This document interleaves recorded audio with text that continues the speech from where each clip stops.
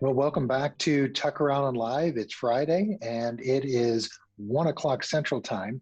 And welcome back. So we're here again bringing you information from the attorneys at TuckerAllen, and today is no different. On this Friday, we're joined by Kevin Mason up in the Kansas City area. Welcome, Kevin. Thank you so much, Scott. Well, we've talked about it before. We're going to talk a little bit more in detail about durable power of attorney. I know we've mentioned a lot about the necessity of it, but we'll get more into detail. And I know you want to talk about springing versus immediate. But for those that are watching, let's kind of refresh their memory about what a durable power of attorney is, and we'll start there.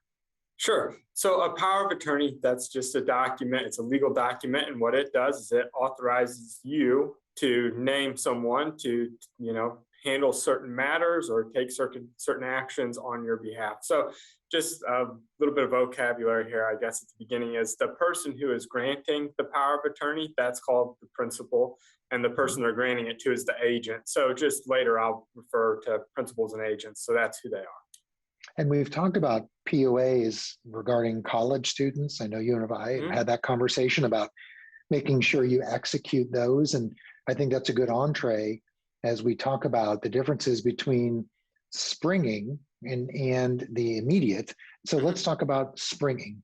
Sometimes in estate planning, you all get really legal, and this is one of those, like you whip it out. So yeah, you want a springing power of attorney, and I have no clue, what you're talking about. So sure, kind of break it down. What is a springing? When it would be appropriate, and examples. That's the easiest way to do it. Sure. So a springing power of attorney, it doesn't come into effect. So that's the difference between immediate and springing, is when the power of attorney actually comes into effect, the document is there. But a springing power of attorney does not come into effect until the principal is incapacitated. And generally, the document gives us some sort of guidance on how to determine incapacity. So oftentimes, or at least whenever we draft springing powers of attorneys, what we'll say is that two doctors have to sign off, have to write notes saying, yes, this person is incapacitated, and then the power of attorney can start to take effect at that point. So it's kind of dumb, but it springs into action after the person has become incapacitated, and that's where it gets its name, springing POA. Can it get technical, difficult, complicated when we talk about the level, what is incapacity and what isn't? I mean, what happens if two doctors disagree? Then what happens? Well, if two doctors disagree, then we have to take the more conservative approach here and trust that the one doctor who's saying the person still has capacity is correct. So we have to have two doctors saying that this person is incapacitated. If one of them says that they still have the capacity to take action, then the springing POA is not into effect yet. So if you think about it, you mentioned, immediate is immediate, like a college age child. I imagine you would do an immediate power of attorney. So you could transact. We've used the example, going to a bank, making bank transactions for them. So if you were to think about it, and you kind of the clients that you've assisted with both springing and immediate, why would you want a springing versus not just put something into effect right away?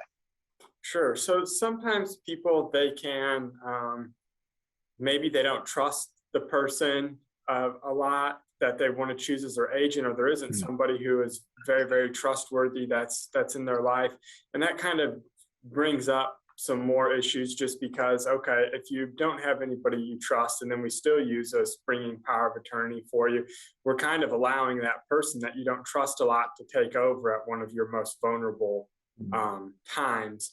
But sometimes that's just the way that it works out, and that's still what the client would like, and that's what they believe is in their best interest. So we'll do that for them, but it does require some more conversations and really trying to figure out if this is something that we still should be doing or not. But power of attorneys are very, very important documents. So, I would say a springing power of attorney is still better than no power of attorney. Yeah, right. I mean, yeah, the existence of something is better than anything. And I mean, I can think of, I always think of situations and examples, and one elderly parent, maybe they're fine. They're not, incapacitated, but maybe they aren't all organized enough to pay their own bills, do their own transactions. That's when you'd want an immediate power of an attorney. Yep, absolutely. Really now, anymore, we pretty much are suggesting to all of our clients that go ahead and get the immediate power of attorney, Mm-hmm. just because a lot of financial institutions, they can make it difficult if it's a springing power of attorney to honor that document.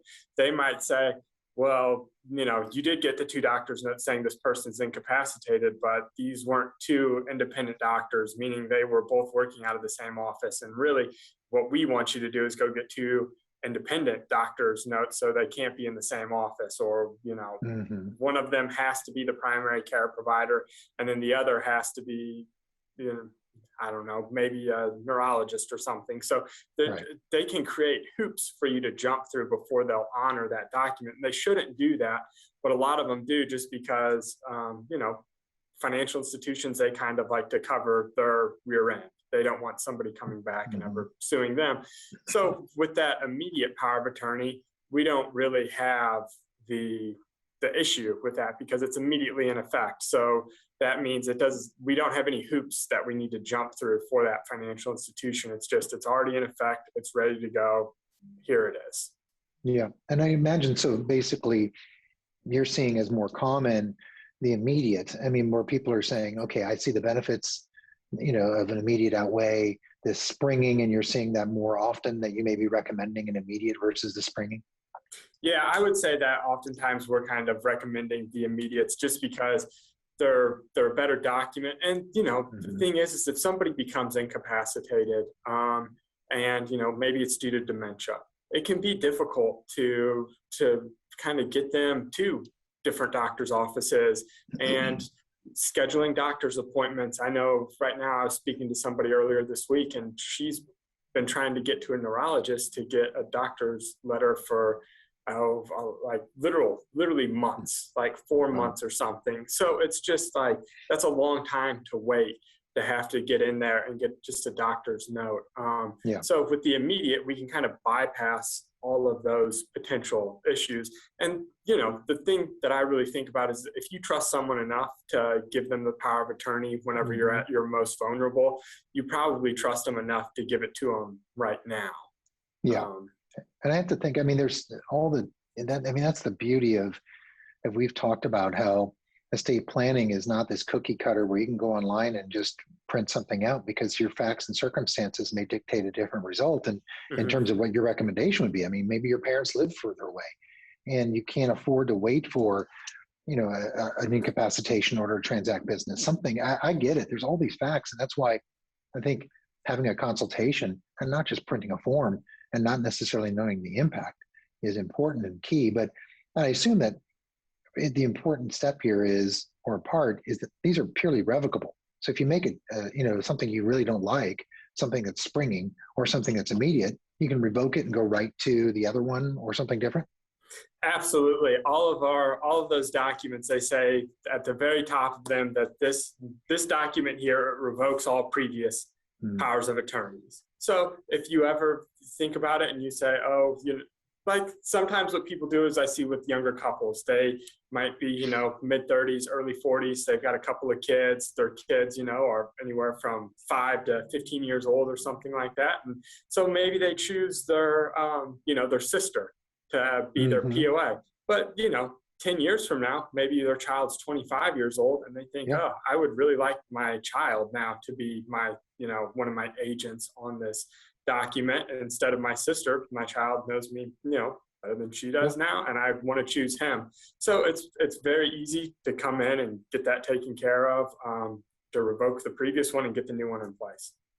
We've talked about the importance of POAs, and I think you can't undersell it, can't speak and talk about it enough. Where we think about, the will, everyone thinks of death. You think of, this is when I die, and I can put that off, or I can wait. The pandemic has taught us something different. It's made us rethink our strategy about what you need to do to prepare. It can come and go as fast as, before you can do anything. But the POA is something different, and that you should be thinking about that. We talked about, if you do anything, start there, right? That's now. Why is it such an important piece? Sure. I think, like you said, if there's any place to start with an estate plan, it's with this durable power of attorney document, kind of for your property, for your finances. But the reason that it's so important is because it's in effect while you're living. So, it will affect you right now, as opposed to with like a will or trust or something like that. That's kind of affecting your beneficiaries, the people who are going to inherit from you after you've already passed away. So the POA, though, it's in effect, right? It's in effect today while you're living, or maybe it springs into effect once you become incapacitated, but it's while you're living, it's useful. So that's one of the big reasons it's really important. And the other is that it's so important because it kind of negates the need to ever have a conservatorship. And conservatorships, they're something that we do, but they are much, much, much more expensive to deal with than getting a $350 power of attorney. And with the POA, you don't have any relationship with the court. With a conservatorship, every year you have to file an accounting with the court. You have an ongoing relationship with them. And honestly, just the conservatorship hearings they can be uncomfortable for, everyone involved. The questions that have to be asked aren't really fun and, are not enjoyable to answer for people. And this just negates the need for all of that. Yeah. I mean, here I am, I talk to you all every Friday, and we talk about the need for a POA, and especially when it comes to kids in college age. Class, I'm the classic client perhaps that didn't do it. And here's one of my kids, it's in Oklahoma. We set up a new bank account while he's here in where I live. And then he moves and something goes wrong with the way that the account's set up. And had I done a POA, I could have taken care of it by going down to the bank. But of course I didn't. And so, he's busy and we had to then overnight some things to him and he's got to take his time out to do it. I mean, that's just the things we don't think about until it happens. And you're like, how inconvenient it is to have to deal with something like that. Mm-hmm. And when you could have just had a POA, the $350 or less, and take care of things for your kids who are in college. So it's not just for adults and older adults, middle-aged adults, or single people, or whatever it is. It goes across the gambit, right? Yeah, 100%. Yeah, the scenario that you kind of just described is much more, it's equally as common as that scenario of being able to avoid the conservatorship. There's tons of uses for a POA outside of just avoiding conservatorship, just like what you were saying, being able to call up the bank on behalf of your son and say, hey, we made, we put a 0 where we should have put a 1 on this form. Exactly. Can you take care of that for me so he can get going? I'm his power of attorney. Let me scan you his power of attorney document, and then it's all taken care of in 5 minutes, as opposed to, kind of the pain that you just described. Yeah, I mean, it was ridiculous. I felt badly just because, he's in class. And so, I mean, gosh, we can't talk about that enough that's the easy thing. If you're uneasy about yourself, well, at least get your college age kids taken care of. So anyway, Kevin, this is great. I always like to talk about the POA because I think it's so relevant to everyone, whether you're single, married, kids, no kids, whatever it may be. It's a great first step in estate planning, and it is just step one, but it's at least somewhere to start. So thanks for joining, Kevin. Thank you so much, Scott. Every Friday, 15 minutes of your time. We're going to talk about it right here on TuckerAllen Live here on Facebook. So continue to tune in and visit TuckerAllen.com. If you have more questions, you can schedule a consultation with the attorneys over there. You can do it right by going to the website at TuckerAllen.com. Don't even need to pick up the phone. Do a consultation just like this using Zoom, WebEx, whatever it is, FaceTime, or you can go in, or you can do it over the phone. So they're convenient. You can schedule it. Don't even have to talk to anyone. So check them out, TuckerAllen.com, and we'll see you next Friday, 1 o'clock Central Time, right here on Facebook. Have a good weekend.